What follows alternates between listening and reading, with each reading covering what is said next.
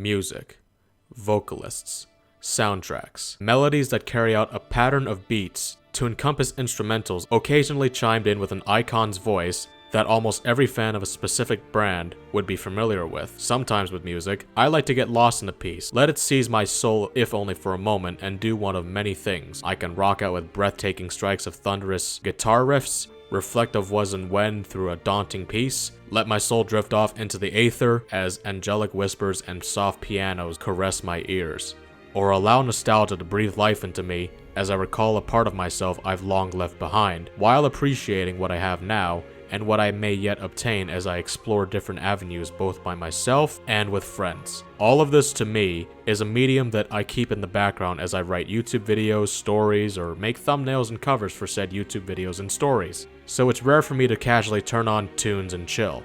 But of course, I don't have to always be working.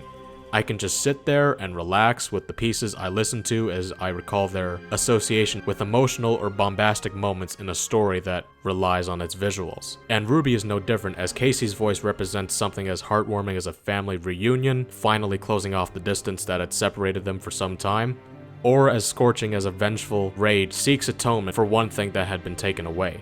Its music is built on the foundation of a recognizable, iconic figure that we all adore, and a team that's well deserving of praise with the soundtracks they've created to amplify the impact of respective episodes that they belong to. So the question you may be asking is, why would I make this kind of video if music is the medium I seemingly interact with the least? Well, as much as I appreciate the work of Rooster Teeth's music department that aids the animation department in achieving their vision, it's not so much the music that interests me the most, but the world surrounding it. Its distribution, promotion, dissection, transcription, everything that has to do with generating some form of traffic across the web, and how its existence allows the consumers to establish some form of a passageway to artists like Casey, interested in hearing how their product fared in the large ocean that is the internet. And within that ocean swims the vast majority of reactions, stemming from the screams of hype to the tears of grief. But amongst most of the audience, there's a gratefulness expressed for the soundtrack released, and I'm certain it's what continues to fuel the drive for creating music under Rooster Teeth's roof, and subsequently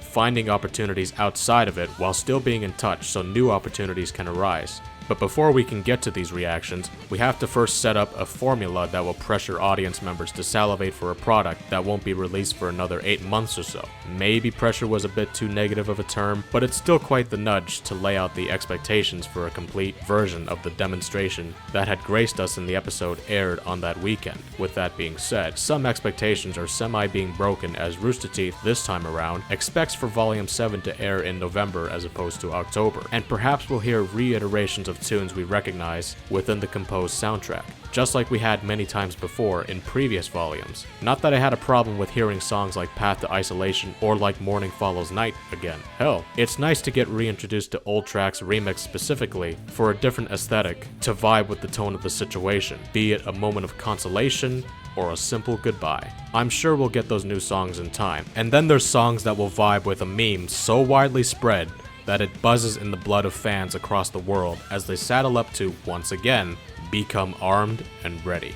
On the topic of remixes, RWBY Chibi also had music composed, playing the songs we know and love, while pertaining to its cute, parody-like aesthetic, as its visuals contain a nod or two to the future, whether Rooster Teeth themselves knew it or not at the time of releasing them, which in turn may line up with the scorching lyrics I'd alluded to earlier. Now, something else that I've kind of recently gotten into besides Rooster Teeth themselves remixing their songs is fan creations. I'm familiar with fanfictions, video essays, AMVs, etc., but I never really dove into a world where fans themselves, inspired by a drive, create their own well-composed pieces based on something significant that they have seen in the show.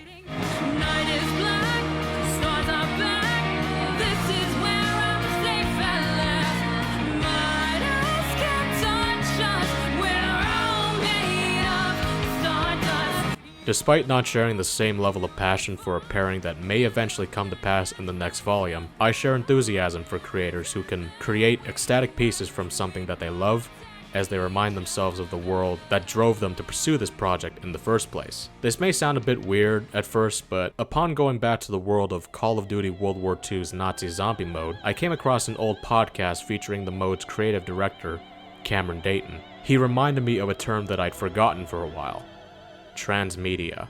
I mean, this is one of the secrets of transmedia.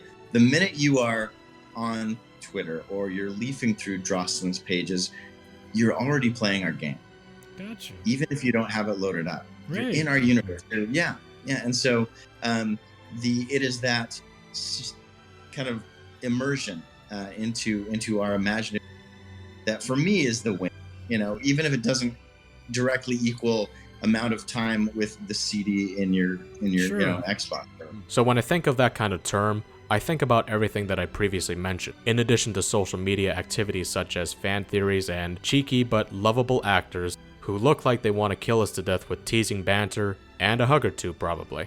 There's probably so much more that I couldn't even cover in a video where I'm admittedly trying to get the beats out real quick, but anything beyond the boundaries of Rooster Teeth's site is still a way to keep us connected to the world we love. I know the world of zombies and RWBY are two separate things between how it's distributed its media and their fandoms, but it's still a lesson I've come to appreciate as I try to apply it elsewhere amongst worlds such as the ones contained within Remnant.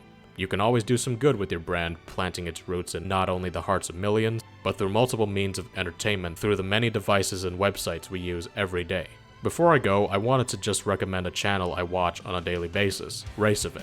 And on his channel exists a short video essay titled, "Communities Are Individuals." The point I've been able to extract is one man's treasure is another man's trash, as communities are indeed made up of individuals. But it's impossible to say that those individuals and their opinions account for 100% of fans. One thing that will grant a few with relief will outrage others and render them disappointed that this was the route that the writers had went for. Regardless of how we all feel about RWBY's progression, we're all still housed under one commonality, watching RWBY. My way of watching and consuming this brand may be different compared to how you consume it. As I've said at the top of the video, music is something I don't listen to all too often casually, and sometimes Casey's work isn't the first thing that comes to mind when choosing a song for the work I need to do at my desktop from time to time. Hell, it's been a long time since I've sat down and watched RWBY in full. But it doesn't mean I don't appreciate the effort and thought put when writing the scripts for the episodes and the lyrics for the songs. Not everyone has to sit there for hours on end as a content creator, coming up with ideas about how to make a good video to appease their audience. And believe me when I say this, it can lead to frustrations and a ton of dead ends. But it's a challenge I'm more than willing to take on since I still enjoy the process of creating videos. And often at times, it can help me conceptualize my initial thoughts of something I'd seen. And it even helps me right now at this very moment or whenever I want to turn this video back on in the future. Maybe my understanding of RWBY's music will be different months from now compared to when you heard this initial commentary. But I'm an individual, and individuals like myself wish to think about these things alone before inevitably joining up with the rest of the individuals that are housed beneath RWBY's community.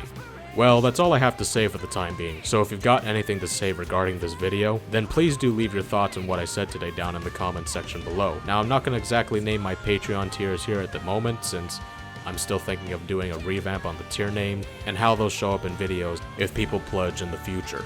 So with that being said, I might give myself time to make a bit of a revamped video for my Patreon, while keeping in mind that I have other projects to work on. So until next time everybody, thanks for watching this video. Hopefully I'll get all my shit organized, and I'll see you soon.